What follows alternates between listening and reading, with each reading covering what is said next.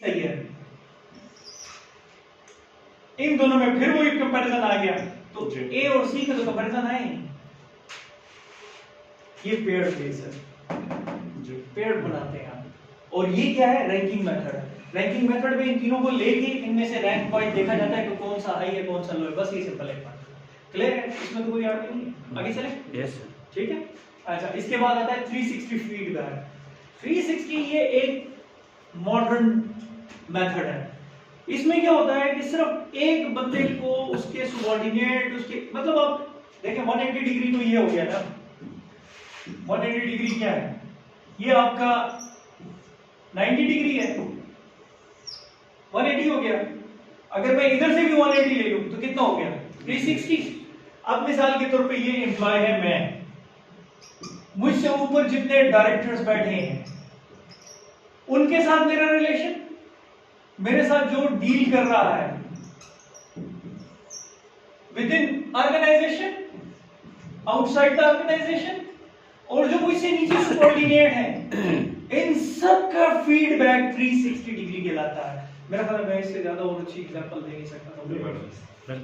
Clear है? ये simple लफ्ज हो गया। आप समझ लें कि पूरे का पूरा उसका एक सर्कल आ जाता है कि इन सब के साथ इनका रिलेशन क्या है। ये 360 डिग्री में आता है। ठीक है?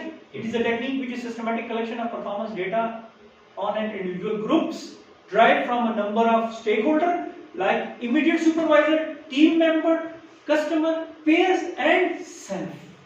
Clear है? Yes sir. I think इसको बस आपने लिखना है। ठीक है? फिर आता है in fact anyone who has useful information in how his employee does a job may be one of the appraiser. ठीक है? Clear? Yes sir.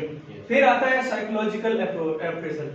It is done in the form of an in-depth interviews, psychological test. इसमें simple लफ्जों में psychologically बंदे को बुलाया जाता है, वो सारों का चेक करता है और उसके ऊपर एक रिपोर्ट बनाता है। ये एक मॉडर्न मेथड है। जैसे 360 डिग्री है, इसी तरह ये भी एक मॉडर्न मेथड है जिसके अंदर आपके इंटरव्यूज भी कंडक्ट किए जाते हैं, आपका टेस्ट भी कंडक्ट किया जाता है और उसकी बेस के ऊपर आपको एवेल्युएट किया जाता है कि आपकी परफॉर्मेंस कैसी है।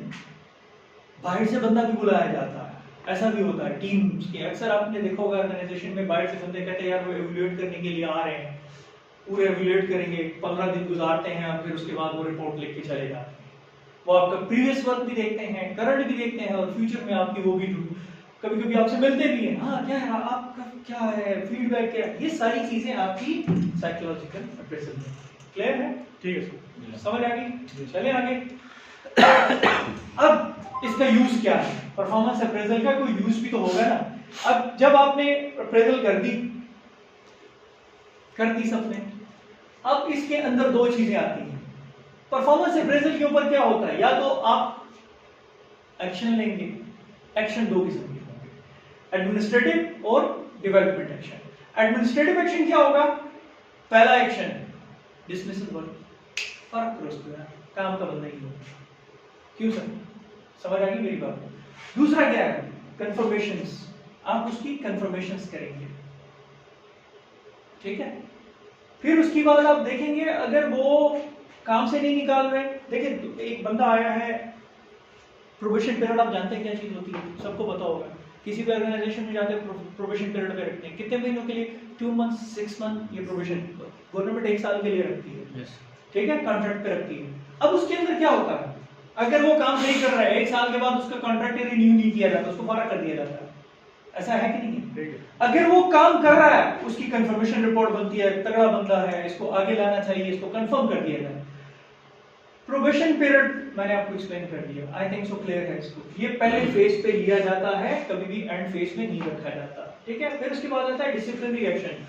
अब एक बंदा कंफर्मेशन हो गया, प्रोबेशन पीरियड से निकल गया है, उसके 4 साल के बाद उसके खिलाफ हुआ है, तो क्या एक्शन लिया जाता है? डिसिप्लिनरी एक्शन लिया जाता है। काम नहीं कर रहा, मसला है इसके। कंपनसेशन एडजस्टमेंट, अगर किसी का कोई हुआ है उसको कंपनसेट किया जाता है कि यार ये अभी तक इसके साथ ज्यादती हो रही है, इसके ऊपर एक्शन लिया जाए। वो वर्किंग करने वाला बंदा था या ये वर्किंग वाला, इसको कंपनसेट करो, उसको परफॉर्मेंस दो। प्रमोशन, डिमोशन, ये भी आपकी अप्रेजल पे होती है कि नहीं होती? ठीक है? क्लियर है?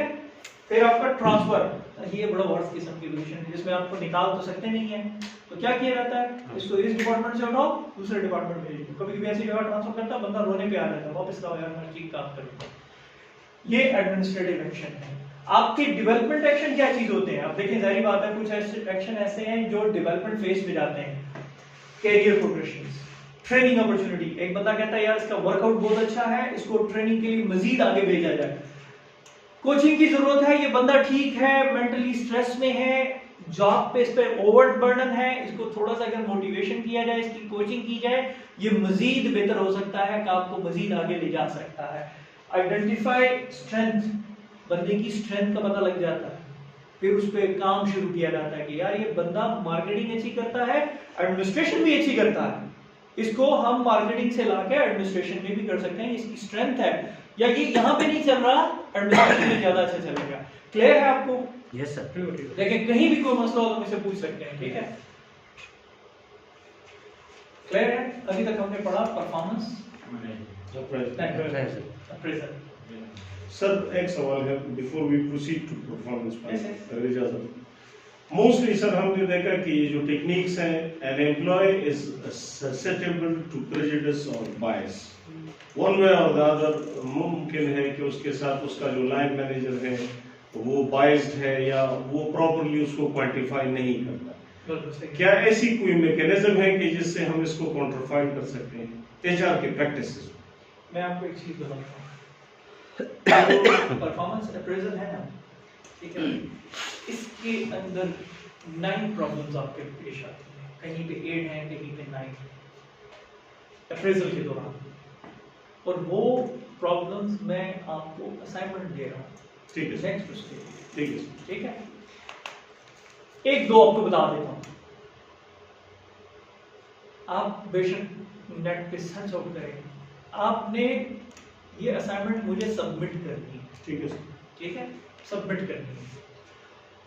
परफॉर्मेंस अप्रेजल फेसिंग जो प्रॉब्लम्स है वो क्या है, उसके अंदर फिर उसका सॉल्यूशन भी आपने लिखना है, लेकिन ये सॉल्यूशन आपने खुद से लिखना है। ठीक है। ये जो आपका क्वेश्चन है, देखिए मैं स्लाइड बनाते बनाते मैं रुक गया, ठीक है सर। क्यों? मैंने क्या असाइनमेंट देता हूं, लेकिन आपने मुझे ऑर्गेनाइजेशन का हवाला भी देना है, ठीक है सर। प्रैक्टिकल, ठीक है। होता ये है, एक बंदा एक स्टीरियोटाइप एग्जांपल है, नाम है, आप जब पढ़ेंगे उसमें लिखा हुआ आ जाएगा। इसके अलावा आप करते हैं लीनियंट है, जैसे मैंने पहले बताया, एक बंदा है वो कहता है कि यार जिस तरह पहले से इसको सिचुएशन पिछले साल ये थी, इस साल भी काम नहीं कर रहा, मैं क्या इस पे सर्च आउट करूंगा। एक बंदा है वो 6 महीने सारा दिन आराम से बैठा है, 8वें महीने में उसको पता लगा कि यार अभी अप्रेजल का परफॉर्मेंस अप्रेजल हो रही है, चेकलिस्ट परफॉर्म बनना शुरू हो गई है, तो 1.5 महीने में वर्किंग शुरू कर देता है, परफॉर्मेंस दिखाना शुरू कर देता है। या आप क्रिकेट का मैच देखें, वो सारे मैचेस 0-0-0-0 जैसे ही देखता है अभी टीम में आउट करने वाले हैं तो एक मैच में बड़ा टिका के खेल लेता है, अप्रेजल दे देता है, वो कहता है चलो ठीक है इसको टीम में ही रखो, खेलता अच्छा जी, ठीक है, आउट ऑफ फॉर्म था, अभी फॉर्म में आ गया, उसके बाद फिर अगले मैचेस में 0 होते हैं। ये प्रॉब्लम्स हैं, लेकिन इसका मकसद ये नहीं है कि वो चीजें बिल्कुल आप खत्म है, नहीं हो सकती। देखिए 22 हर चीज में हो सकती है, डिसएडवांटेज हर चीज में हो सकता है। बोले सर इसमें हम सिर्फ जो आपने बताया 8 इश्यूज आ रहे हैं, 9 भी आते हैं, 9 भी आ रहे हैं, तो इसकी जो हल है, मतलब फॉर एग्जांपल डेवलपमेंटल प्लान है वो हम लिख लेंगे। देखिए मैं आपको एक चीज बताता हूँ, मेरा मकसद आपको सिर्फ पढ़ाना नहीं है, ठीक है, मैं चाहता हूँ कि कल आप एक एचआर मैनेजर बने, ठीक है। हर बंदे की अपनी एक स्किल होती है। मिसाल के तौर पे आप किसी भी वो, मैं एक बेहतरीन अगर ड्राइविंग करता हूँ और मैं उसको दे दूं कि यार तुम घोड़ा चलाओ, क्या मैं चला पाऊंगा? या मैं एक अच्छा ऑर्गेनाइजर हूँ और मुझे कहा जाए कि जाओ ये मार्कर या ये चीज आप बेच के आओ, मैं मार्केटिंग अच्छी कर सकता हूँ? नहीं कर सकता। अब एज अ मैनेजर आपको क्या करना है? या एक बंदा उसकी प्रॉब्लम है, वो मैनेजर एक काम कर रहा है कि वो पिछली सारी चीज को लेके आ रहा है, प्रॉब्लम फेस कर रहा है, उस प्रॉब्लम को आपने आइडेंटिफाई तो कर दिया, अब उसका सोल्यूशन भी देके इसको खत्म कैसे करना है। बुक्स में आपको हजारों सोल्यूशन मिलेगी, लेकिन मैं चाहता हूं आपका माइंड क्या कहता है सोल्यूशन। ठीक है, ठीक है, थोड़ा बेशक आप इसको एग्जाम्स के 2 हफ्ते बाद मुझे सबमिट करना हो जाएगी, कोई वो नहीं, लेकिन मैं कहता हूँ फाइनल से पहले आपने मुझे देना है। मैंने आपको पूरे उसमें 2 असाइनमेंट्स देनी है, एक दे दी है, एक बाद में। तो wish you best of luck. ठीक है, थैंक यू। आगे चलते हैं। परफॉर्मेंस अप्रेजल जो है हमारा वो था जिसकी बेस पे आप अप्रेजल करते हैं। अब परफॉर्मेंस मैनेजमेंट क्या चीज है, दोनों में फर्क है, आगे चल के मैं एक्सप्लेन करूंगा आफ्टर में। मैनेजमेंट क्या चीज है पहले इसको पढ़ लेते हैं। अप्रेजल अलग है, मैनेजमेंट अलग है, फर्क है क्या है एंड में जाएंगे। पहले आपने अप्रेजल पढ़ लिया, मैनेजमेंट क्या चीज है। आर्मस्ट्रॉन्ग एंड बेरन 2 बंदे हैं। Strategic and integrated approach to increase the effectiveness of organization by improving the performance of people who work in them by developing the capability of team and individual. Performance management refer to the process to ensure the organization connect missions with the work of employees, is a process of creating a work environment of setting in which people are enabled to perform the best of their abilities. अब पता क्या चीज है, appraisal ये था कि आप किसी की मेजरमेंट कर रहे हैं किसी एक बंदे को। मैनेजमेंट क्या है, उस सारे प्रोसेस को जो आप कंट्रोल कर रहे हैं वो मैनेजमेंट। क्लियर है, सिंपल सी बात है। वो एक इंडिविजुअल है, ये पूरा प्रोसेस है, वो वंस है, ये प्रोसेस है। आपकी बाकायदा तौर पे ऑर्गेनाइजेशन की जो इंप्रूव कर रहा है परफॉर्मेंस की जो वर्किंग की, उसको जो डेवलप कर रहा है उस टीम के लिए और इंडिविजुअल के लिए, ये सारा आपका परफॉर्मेंस मैनेजमेंट कहलाता है। वो आपकी जितना भी ऑर्गेनाइजेशन को उसका जो मिशन है जो वर्क का और एम्प्लॉइज के साथ कनेक्ट करता है, ठीक है, सिंगल एक को नहीं देखता। क्लियर है इस चीज पे? ठीक है, आगे चलते हैं। अब परफॉर्मेंस मैनेजमेंट में होता क्या है, हेल्थी वर्क एनवायरनमेंट क्रिएट किया जाता है, डेवलप परफॉर्मेंस प्लान बनाया जाता है, decision regarding performance standard, plans for development of employees, measurement of performance है, परफॉर्मेंस फीडबैक है, डिजाइन कंपनसेशन है। ये आप बाकायदा तौर पे बनाते हैं। ये इसका बेसिकली परफॉर्मेंस मैनेजमेंट का एक प्रोसीजर है। फिर उसके बाद आता है contributing in developing organization goodwill. ठीक है, आपकी बाकायदा तौर पे जो ऑर्गेनाइजेशन की गुडविल है उसके ऊपर ये सारी वर्कआउट करता है, काम करता है। क्लियर है? Yes sir. ठीक है, अब दोनों में फर्क थोड़ा पढ़ लेते हैं। फर्क भी तो है। वो फर्क क्या है, performance management on the other hand focuses on expanding, ये पूरा नहीं आता है।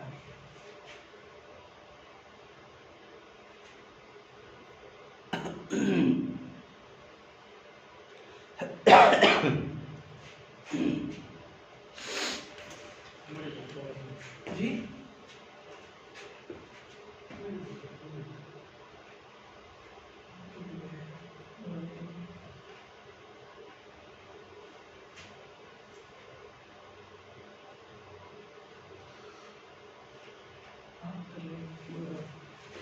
पिक्चर खींच के वो किया है, नहीं पिक्चर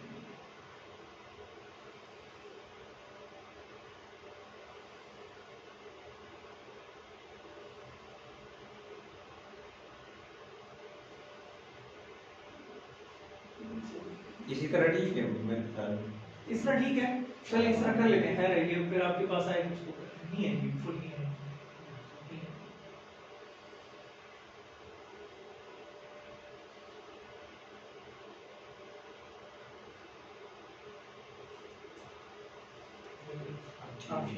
ठीक है, अब परफॉर्मेंस मैनेजमेंट और परफॉर्मेंस अप्रेजल में फर्क क्या है। Performance management on the other hand focuses on expending time and resources on employees for the growth of the company. ये क्या काम करती है, टाइम और वो किस पे करती है, ग्रोथ ऑफ द कंपनी पे काम कर रही है। वो क्या करती है, ये ग्रोथ ऑफ द एम्प्लॉय पे काम करती है। yes. वो कंपनी की ग्रोथ है और ये एम्प्लॉय की है। फिर performance management ensure that the employee has accomplished the set goals और not. It also guide them with blockers on the way. ये पूरा एक सेटबैक करती है कि वो गोल्स को अचीव कर रहा है कि नहीं कर रहा, जो ब्लॉक्स आ रहे हैं, जो रोकने की कोशिश कर रहे हैं गोल्स को, उसका क्या काम है। अच्छा, यहाँ पे क्या काम करती है performance appraisal? Only evaluate employees' performance objectively for the year and give final feedback। ये एक है, एक साल की फीडबैक दी और उसको कर दिया, लेकिन ये पूरा थ्रू आउट प्रोसेस चलता रहता, रुकता नहीं है। ठीक है। Performance management on the country guides employees so they can perform better in the future. उनको गाइडलाइन करती है, भाई आगे के लिए आपने ये काम करना है, ये इस तरह प्रोसेस है, इसको लेके चलना है। इधर क्या करता है ये performance evaluate an employees mistakes and communicate how an employees could have given better efforts. यहां पे ओवरऑल कंपनी को देख रहा है और यहां सिर्फ एक इंडिविजुअल एंटिटी को देख रहा है। इस फर्क को याद रखिएगा। फिर क्या आता है performance management however use a mix of both qualitative and quantitative approach to ensure employees performance। ये qualitative quantitative दोनों approach को लेकर रखती है, जबकि appraisal क्या करती है typically use a quantitative approach। ये सिर्फ quantitative approach को follow करती है, qualitative approach से इसका ताल्लुक नहीं है। उसका ताल्लुक क्यों है? क्योंकि वो organization को डील कर रही है साथ साथ। ठीक है। दूसरा ये है कि ये कंडक्ट कौन करता है? मैनेजर, सुपरवाइजर और मल्टीपल और स्टेक होल्डर भी इसमें ऑनगोइंग इन्वॉल्व होते हैं, क्योंकि उनको अपना इन्वेस्टमेंट करनी होती है, देखना होता है। स्टेक होल्डर इसलिए इन्वॉल्व होते हैं। और उसमें क्या होता है अंडरटेकन बाय द, ये सिर्फ एचआर डिपार्टमेंट करता है। अप्रेजल का काम सिर्फ एचआर डिपार्टमेंट का है, बाकी किसी के साथ इसका कोई रिलेशनशिप नहीं है। ठीक है, ये ध्यान नशीन कर लीजिएगा। परफॉर्मेंस मैनेजमेंट इज फ्लेक्सिबल, ये फ्लेक्सिबल होती है, आप इसको चेंज कर सकते हैं। जबकि ये जो होती है ना, ये इनफ्लेक्सिबल होती है, क्योंकि इसके ऊपर एम्प्लॉइज की डेवलपमेंट डिपेंड करती है। वो तो ऑर्गेनाइजेशन की उसमें है। मिसाल के तौर पे आप कहते हैं मैं ये स्टेप उठा रहा हूँ, आप देख रहे हैं यार ये ऑर्गेनाइजेशन के मफाद के लिए दूरस नहीं है, इस साल ठीक नहीं हुआ, तो अगले साल के लिए वो इस चीज को ही हटा देते हैं, लेकिन इसमें आप चेंजेस नहीं कर सकते। क्लियर है सर? ये जो जी performance appraisal typically uses a quantitative approach. एक क्वांटिटेटिव अप्रोच होगा या क्वालिटेटिव अप्रोच होगा? क्वांटिटेटिव, ये बंदे की जो क्वालिटीज को देगा जज। मैंने क्या क्वांटिटेटिव लिखा हुआ आपने क्वांटिटेटिव लिखा, तो ये क्वांटिटेटिव होगा, क्वालिटीज उसकी नहीं होगी। क्वालिटीज तो देखिए उसकी अप्रेजल के साथ तो मिक्स है ना। आप किसी की बंदे की, मैंने आपको पहले कहा कि उसकी स्किल को देखें, उसकी वर्कआउट को देखें, तो क्वालिटी में आएगा सर। तो क्वालिटी तो तब बनती है जब ऑर्गेनाइजेशन से रिलेटेड आप उसको मिक्स कर रहे हैं। क्वालिटी को जज करने के लिए आप यहाँ पे हैं, ठीक है, यहाँ पे आप उसकी क्वालिटी देख रहे हैं कि आपको उससे फीडबैक कितना मिल रहा है। यहाँ तो आप उसके वर्कआउट को देख रहे हैं कि आपको कितना बेनिफिट वो दे रहा है, इसीलिए वो क्वांटिटेटिव है, ये क्वालिटेटिव है। ठीक है, यहाँ पे दोनों चीजें मेंशन है, वहां पे सिर्फ एक मेंशन है। इधर स्टैटिस्टिकली हम देखते हैं, ठीक है, कि मतलब आपने देखा चेकलिस्ट बनाई, आपने वो दूसरा लिखा, उसके ऊपर उसके एवरेज स्कोर बनाया, इधर तो वो चीज नहीं है। इधर तो आपका बेसिक काम क्या है, मेरे अपने गोल्स हैं। ठीक है, जाहिर बात है ऑर्गेनाइजेशन को अपने एंड पे भी एक चीज देखनी थी, सिर्फ एम्प्लॉइज के एंड पे तो बात नहीं देखनी। अप्रेजल सिर्फ उसकी नहीं है, अपनी भी है भाई। ठीक है, तो दोनों चीजों को लेके चलना है, इसीलिए दो अप्रोच है, मैनेजमेंट की और पर्सनल स्टूडेंट। ये दूसरी एक अलग से मैंने बनाई हुई है आपके समझ जी। मतलब इसका ये है कि परफॉर्मेंस मैनेजमेंट जो है ये ऑर्गेनाइजेशन की होती है और परफॉर्मेंस अप्रेजल जो है ये एम्प्लॉइज। मैं आपको थोड़ा सा एक्सप्लेन कर दूं, थोड़ा सा इसमें आप इसको क्लियर हो ये जाए। मैं आपको बताऊं, HRD human resource development concept, इसके अंदर आपकी एक है परफॉर्मेंस अप्रेजल। ये अप्रेजल किसकी है? एम्प्लॉइज की। ठीक है, अब इसके साथ इस पूरे प्रोसेस को करने के लिए उसको कहते हैं परफॉर्मेंस मैनेजमेंट। वो इसको भी देख रहा है और ऑर्गेनाइजेशन को भी साथ साथ देख रहा है।